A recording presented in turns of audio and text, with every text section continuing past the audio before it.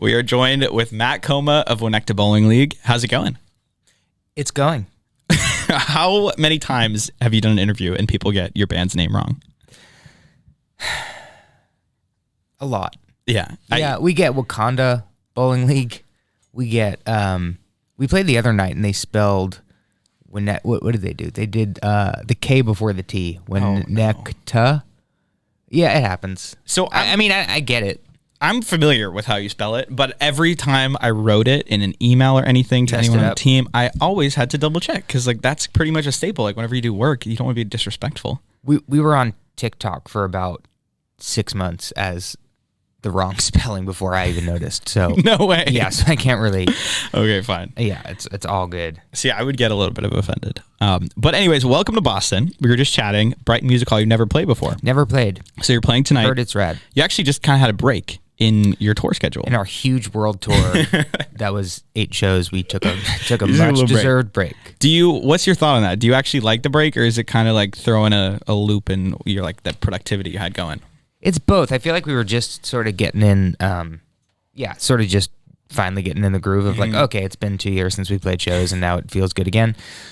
But from a COVID safety standpoint, it's great because you're sort of building in if God forbid anything goes down and somebody gets sick. Yeah. There's a little bit of built-in time, so you don't have to cancel a bunch of stuff. True. And we just had Thanksgiving, so you want to make sure we're feling healthy and good for that. Yeah.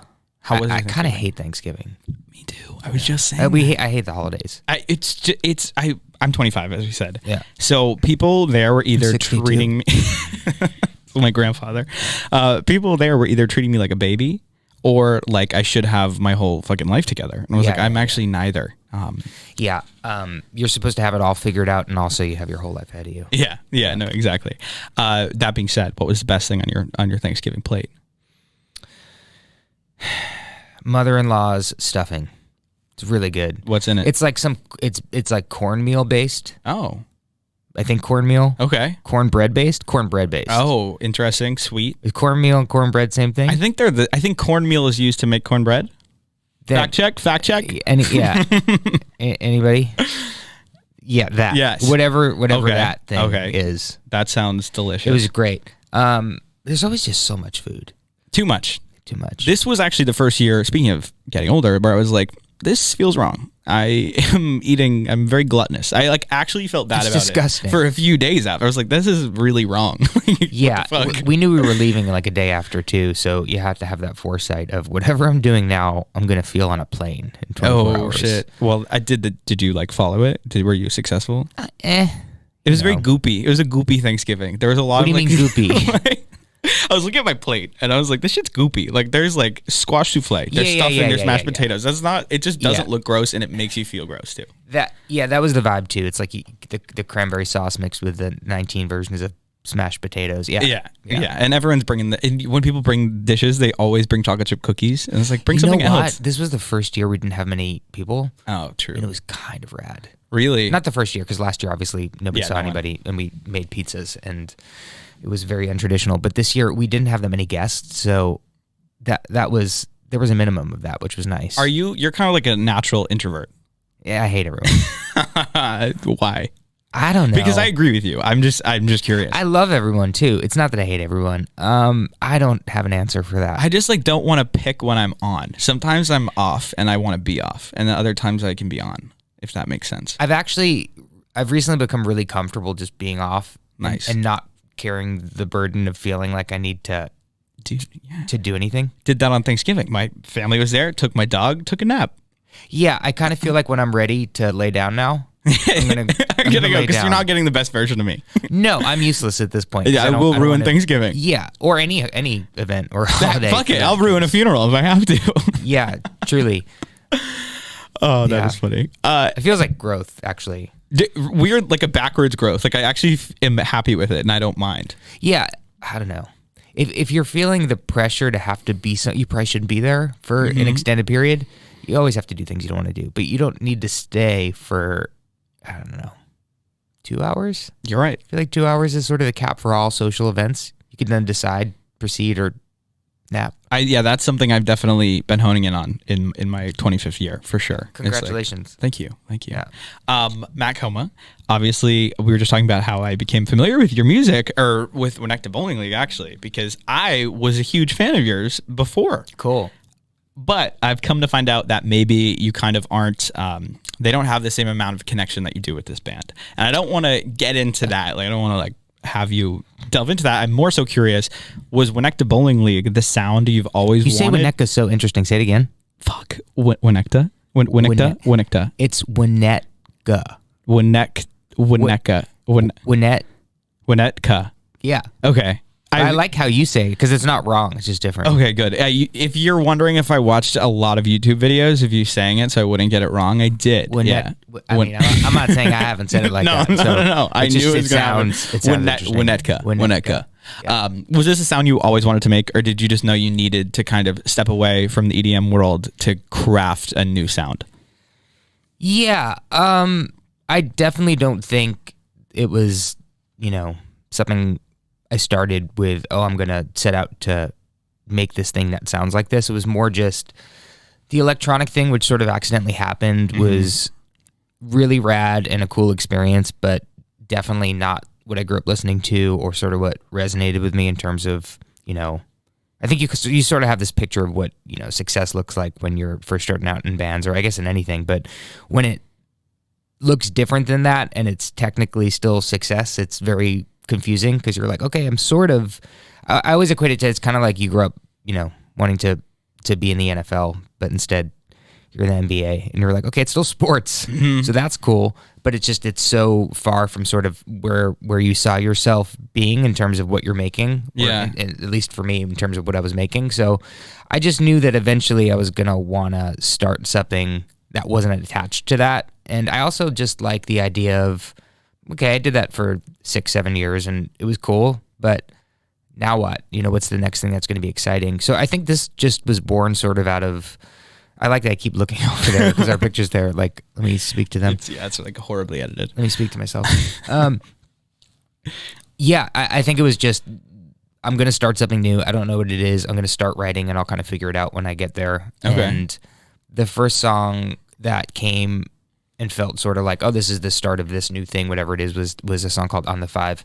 And then from there it was like, oh, I get it. I get what the lane is for this thing. And that obviously evolved and changed a lot in the 3 years we've been a band, but it was an obvious starting point. So I think On the Five, you kind of debuted immediately with like a sense of humor with your branding and band, especially with the music video. Totally. Why do you think you incorporate that? Is it natural, or do you just kind of want to make something more lighthearted?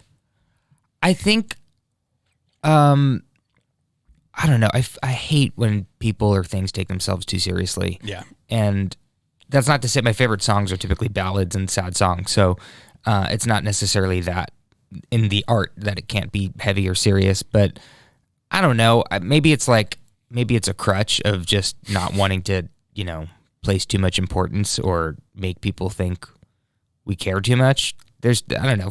Crutch. I like to laugh, and it's not that serious. It's Gotcha. music, That's a good point, though. I think like anytime you're a creator or something, I feel like I even see myself doing that. Like I need to really just like if I'm having too much of an influencer moment, like with my latest shit, I'm like I need to like post a picture of me eating a SpongeBob ice cream, which I did last night. Like it can't be too serious all the time because it's not who I am. I don't know. I'm just always in a state of humiliation. So I think having some level of humor involved makes it more digestible or something. Yeah. And also I feel like when I'm happiest, it's when I'm making my friends laugh and stuff. So having a piece of that carry over to what we do makes it feel a little bit more like, oh yeah, this is real and at least a slice of authentic. Mm-hmm. It's really easy, I think, to lose track of that part of it. Like, is this part sincere or real? At least in the experience I had with electronic music, where I was like, wow, I'm basically playing a role in a lot of ways. Yeah. And I didn't want to do that with this. I wanted to make sure that, for better or for worse, whether it works or it didn't work, it was at least just an extension of like hanging out in a room. Mm-hmm. From like an outsider's perspective, I feel like the EDM world is a bit more intimidating. Is that true or false, would you say? Like, I feel like there's a lot of egos. There's more I think false for me because here's the thing. Anything that you grow up honoring or that has value to you is going to be intimidating. So if you grew up loving electronic music and then you get to work with some of the biggest DJs, yeah, you're going to be like, wow, this is crazy. For me, because I had no context, it was just kind of funny because it's like, what are these? And I don't want to generalize because there's plenty of people I met in that world who were fucking rad and really good people and people I still stay in touch with to this day and who are super talented. And then there's, like anything, there's people where it's like, I don't know what justifies that ego, and it's just humorous to not have the context of like, oh, you're a person, because I have no clue who you are. Or it's just, it's funny. That's also another great point. I feel like there's so like, and once you've done it for so long, it's like you can't even be intimidated anymore because like you've met, like if you meet one huge person, whether that's like on a business side or celebrity side, it's like, yeah, I've already done that. Like, I'm not impressed. I mean, I honor your work, but I'm not scared, or like, I'm not gonna, especially when you don't have, I don't know, again, not having the context of like, I don't know what it is you do or what, Sorry. It's not intimidating then. Yeah. I feel like if anything, because you're sort of meeting on that level ground, at least the people that I had a connection with in that world, it was like just sort of being impressed by the fact that they can do what they can do and also have a world of influence all around the map. That was a cool discovery when that would happen, where it's like, oh, you actually are super schooled in all this other stuff and you are into electronic music, but you also have, an entire other world of stuff that you appreciate and listen to in your downtime, and that finds its way into what you're doing. Yeah. I feel like now too, it's like almost more common or acceptable to kind of branch out into other genres and other worlds than previous. I think maybe just because of streaming and how people are consuming. It's genreless, right? Yeah. Where it used to be so, I don't know, you're defined by the bands you listen to or the artists you listen to, and now that doesn't exist as much. I think it still does, maybe for, if you're in middle school or like high school or something, and the stuff you're coming up on that your friends listen to, but yeah, it's so much less divided or compartmentalized. Yeah, it's a funny thing we do with everything. It's like put them in boxes and whatnot. Yeah. Bring it back to the humor though. You're pretty funny on TikTok. Thanks. You seem like you don't really have like you kind of just let it all out there on TikTok. Give me some advice. I don't know. How do you? I don't know what I'm doing. It's funny. Like your song about the Nut Man. Thanks. I like that one. That was funny. TikTok's weird, man. It's like my favorite thing in the world to be on as a consumer because it's great and people are so talented. Yeah. And you're constantly blown away by how funny. And there's such so many people there's such variety too of things to consume. It's all over the map, and people. It's a really cool space because you can decide you want to, find a chef who does something really different and interesting, and you'll find somebody in their bedroom who now has a following because there's a platform for it. That kind of stuff's awesome. And the humor stuff, like, I don't know. I'll find somebody every day who I've never heard of in my life that makes me crack up. I think that's really cool. But from the creating it side, it's kind of weird. It's kind of weird because especially as a band, you're trying to figure out like, okay, how do we, be active in that community and hopefully connect some dots, but also it's not all that interesting to like sit in front of a camera and play our music. Yeah. So I don't know.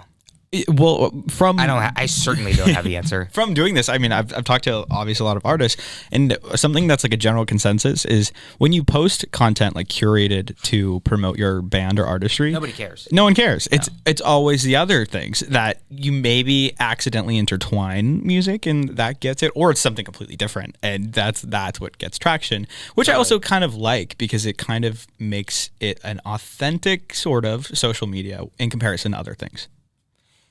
Yeah, I don't know, but you're 100% right. Yeah. Anything, I mean, it's like the big joke with a lot of my friends. I mean, there's obviously exceptions. There's artists who their platform is mostly based on the fact that they make music or whatever it is, and that's what people are there for. And then, then there's the other 95% where it's like, cool, if I post like a cheeseburger or something, it's more interesting than our fucking new song. I don't know. Who knows? GAYLE, who you're on tour with, she's having a moment on TikTok. Killing it. Like a super moment. And it's so rad to see because, I mean, I feel like honestly it's happened in the past like 3 weeks since we've had our little break or whatever from shows.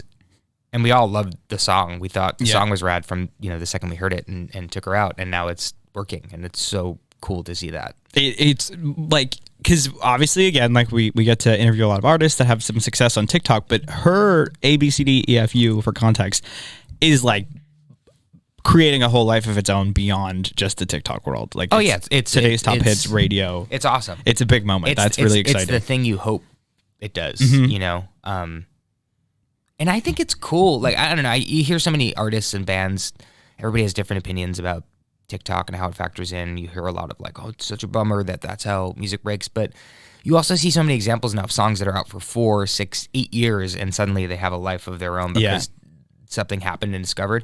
And that's so much cooler to me than the old model of like, okay, cool, we're going to put a song out. We have a month, we have 2 months, and if it doesn't work, it's over and it's buried. It's like, that sucks. This idea of anything can happen. Like, yeah, it's the Wild West, but I think it's rad. I think it's really cool that there's always a chance somebody could discover something and it could take on a life of its own and give you a moment. And in GAYLE's case, it's rad because it's correlating with like, it's her first single and it's her first tour, and it's happening all at the right moment, which is awesome.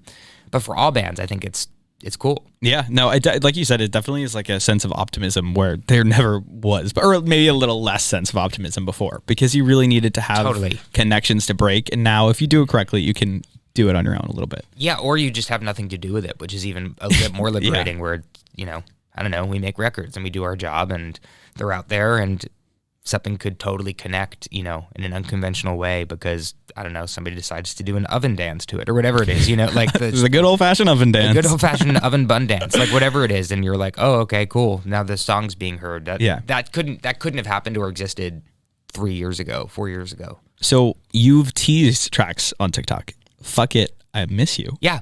I'm really interested to hear about that. Is it coming out? It is coming out in January. Oh, wow. You actually have a date. That's awesome. I forget the actual date, but it's in January. I'm really excited, man. That was such a, like, I know there was only like 60 seconds of it posted, but I was like, damn, this hurts.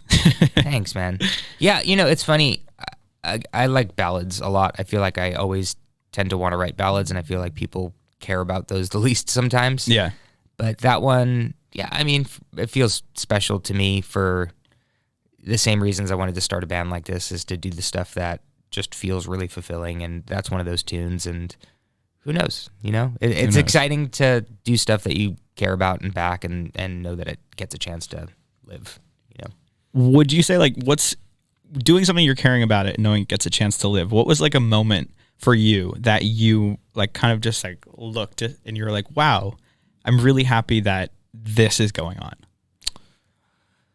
I mean, honestly, I think in the past month since we got back on the road, just seeing people show up to the shows, because we didn't have that much time as a band pre-COVID. Yeah, that must have been extra hard. You were like still, I mean, obviously you're coming in with experience, but you're still developing like this band. But honestly, nobody gives a shit in a good way about my history and other stuff when it comes to this band, because it's so different and it's so disconnected that it's not like there's any, you know, currency to say, oh yeah, did X, Y. And I also don't want that. I wanted this to be a complete like deadlift from zero of just let people hear the music and discover it. And if it's a happy discovery that, oh, you know, he did X, Y, and Z, cool. But if not, like, that's totally fine too.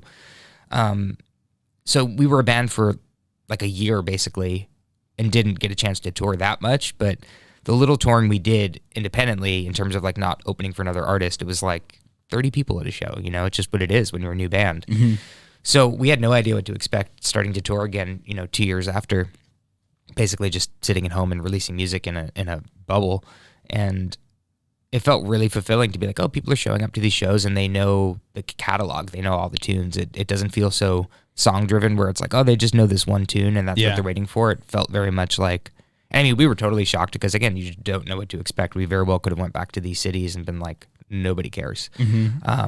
So to see like shows selling out for the first time and that kind of stuff, that was a moment of like, this is really cool, because this is totally based on stuff we dig doing, and there's no other sort of, you know, angle. So since you had that break and like your songs had to gain traction beyond touring, now that you're back, what do you think is like the track that everyone goes crazy for? Or is it, like you said, kind of all like equal? I feel like there's like 3 or 4 that are above the rest, but it feels like there's a general, you know, familiarity with a bunch of the tunes, which is really cool. I don't know if there's one that's like that's cool though. Those are the shows that I like, where you're not just waiting for like that one song, you're enjoying all of them. Totally. I mean, selfishly, yes.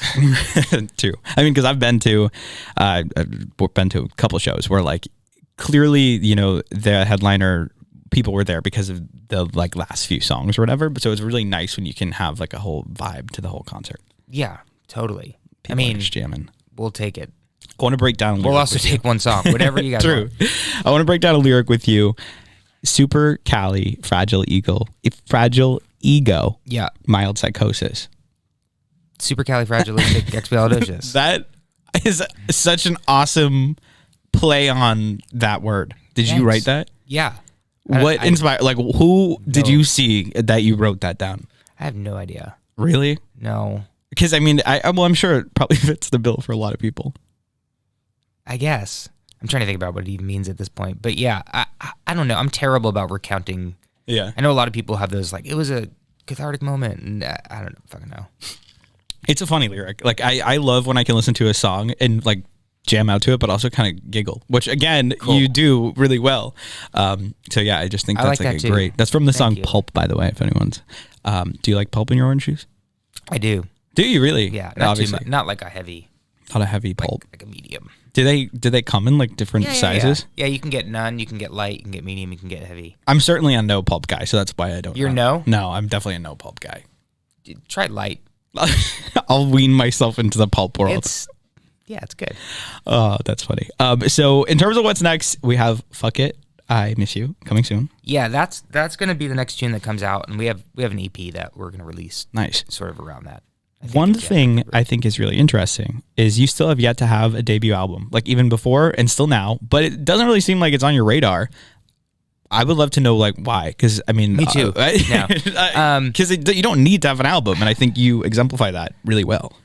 When I first started, I shouldn't say first started, but when the electronic stuff started happening, I was sort of always making records for my artist side that was more singer-songwriter driven, and it just became more and more obvious that these two don't connect at all, and it was sort of just at a time where it was hard to have it make sense that this was the same voice that was on these tracks that was then releasing this music. It was just weird time in music where like maybe it wasn't weird time in music, maybe it was just me, but I couldn't connect those dots. So I felt like there was a lot of trial and error where it was like, well, we'd make a record, but then we'd put a song or two out and realize like it's not really connecting the dots, so let's bail skis. And that happened a bunch in terms of that initial window of sort of starting to have songs, coming out. And then when the band started, I don't know if it was because of that experience or just there's something nice about record 5-6 songs, put them out, record 5-6 songs, put them out. Yeah. Especially like nobody's waiting for an album, and to dump 12 songs on people for the kind of band we are and being newer, it just, I don't know what the upside would be to that. Yeah. Versus the ability to just keep being, and I also like tend to hate stuff 6 months after it's done. So there's something nice about, cool, we're stoked on it, put it out, move on. And you don't have to overthink it. Yeah. So I don't know, maybe we do a record at some point, but it's not like a no, but it's also sort of like, why? That's a good point. Yeah. I mean, there's no like, not that, I mean, people want to hear music from you, but they don't necessarily want 12 songs that like all at once. Yeah. And people are they buying albums anymore anyways? Like I think a lot of people just are pressured into doing things because it's just the norm, like releasing an album. Yeah. I mean, and in our case, like we record the records alone, so there's less, I don't know, it's less of a thing. It's not like we have to go somewhere and, hibernate for 3 months to make an album. We might as well do 12 songs. Like, it's not that. It's sort of just an ongoing thing where it's like, oh, well, there's 5 or 6 more done. We should put them out, I think maybe this last EP was a little bit more of a pause. Like, I'm not going to work on anything else, and I'm just going to make, 7-8 songs and pick the 5 or 6 that feel rad. And that was a cool process, but also in some ways felt like unnecessary pressure because songs just sort of happen where it's like, oh, this feels like a Winnetka thing. This one doesn't, and when they do, it's fun to just finish them. That's kind of a learning moment, though. Yeah. Still on, like 3 years in the band, you're still learning. That's interesting to hear. Totally. I mean, yeah, 100%. What do you think, like now, so we have the song coming out in January, EP, what are your goals for the band beyond that? I don't know. I think it's really cool to have the beginnings of a fan base that care about the band and care about the tunes. And if we can sort of grow that to a point where we can just play for people and, hopefully an increasing number that sort of get it and are part of the world that it is, like that's sort of enough for me. Yeah. You're pretty much there. We're getting there. Yeah. And it's fun. I've had the other thing. I've had the other thing of having larger audiences, but for stuff that didn't feel as connected. I keep saying this stupid thing that sounds so dumb to be this far in a career and still feel this way, but I never really had that band experience where it's like, oh, the audience is singing along with our band. Mm-hmm. It was always sort of like we were too new for them to be familiar with the songs, or in the electronic space, it just felt so different because it's not like we're playing instruments. It's not a band. Yeah. So chasing that experience that I feel like somehow I had skipped around and had a lot of the other good parts, but didn't get to do that specific thing. Mm-hmm. Sort of chasing that has been like a goal, and now experiencing that, it's like, oh yeah, this is really fulfilling, and I'd like to keep doing a version of that. And I really love working on other records. I love producing and writing for other artists. Like that stuff is super fulfilling and low pressure in a different way. So having that balance with the ability to then go tour this and just feel like we're building something pure and it's our people, and if it's 50 or 100 or 150 or 500, as it's, as we've seen that curve happen the past 3 years, like just want to keep doing that, whatever that thing is, and hopefully it builds. Wow, that's really nice to hear. That was really like sweet. And I feel like it's like you said, it seems like you kind of have it, and I understand maybe you want it to grow a little bit more, but it is really nice that it's like working out. Totally. It's cool, and it's nice to be surprised, Again, I think we've seen a lot of friends and artists who were at all different levels of the game before COVID hit, and nobody was sort of immune to how the cards were going to fall after. There's plenty of friends bands we have where it's like their touring kind of remained the same, or it's been a lot harder for them, or they broke up, or whatever. So we just feel fortunate that like, okay, cool, we managed to survive that and somehow continue to keep building, and yeah, it's like, oh, it's almost that simple. Just keep putting music out and hope people dig it, and like what you do. Yeah, especially now, I just think there's so much less control. It's like it's sort of just that's it. Whether you're an independent artist or you're sitting at your house in Wisconsin or here, or you're on a major label with tons of money, like it's all sort of the same plan. You're putting music out and you're being visible, and people are either going to react to it or not for 3 years or whatever, Yeah. So, but in short, like if you like what you do, yeah, good. Relatively. If you can stand what you do, you should do it. Yeah. Well, that's super interesting. That was actually really cool to hear that's how you feel. Because I think, if just as like a fan myself, it's interesting to see you take on this endeavor, because like you said, it really is so different. And speaking candidly, I don't mean to sound like a douche, but like it's almost like not like you're taking a step back, but you're restarting. 100%. And to know that you're fulfilled by doing it and that it has grown is really cool to hear. It's honestly, it's so much better in so many ways. Again, I think from the outside, it's really easy to look at, and we're guilty of it too, because you never know somebody's story or what's going on in their head. So it's easy to look at objective success and be like, well, that was a really big wave and that worked, and now you're doing smaller stuff. So, but I was so miserable during so much of that it didn't feel like anything. And I'm so much more here for this and feel so much more. And again, I have the leisure to do that because I spent so much time doing the other stuff. So yeah, I'm really grateful for the other stuff because it allowed me the ability to be like, cool, I'm going to just let this thing build naturally and be what it is and be the animal it is. But yeah, it is really, really fulfilling in just a different way. And I think I was so jealous for so long because you'd hear artists talk about how, yeah, I grew up and wrote songs, and then one day those songs became known, and at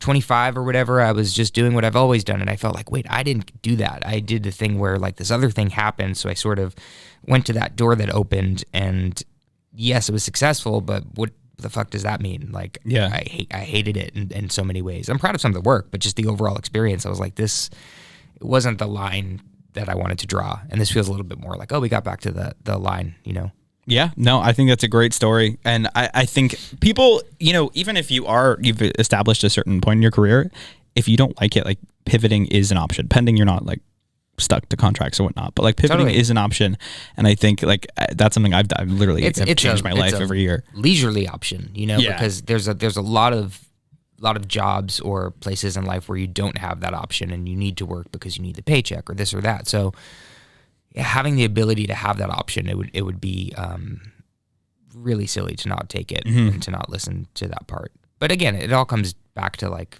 what you value, what you're into. There's plenty of people who, Circumstance. 100%.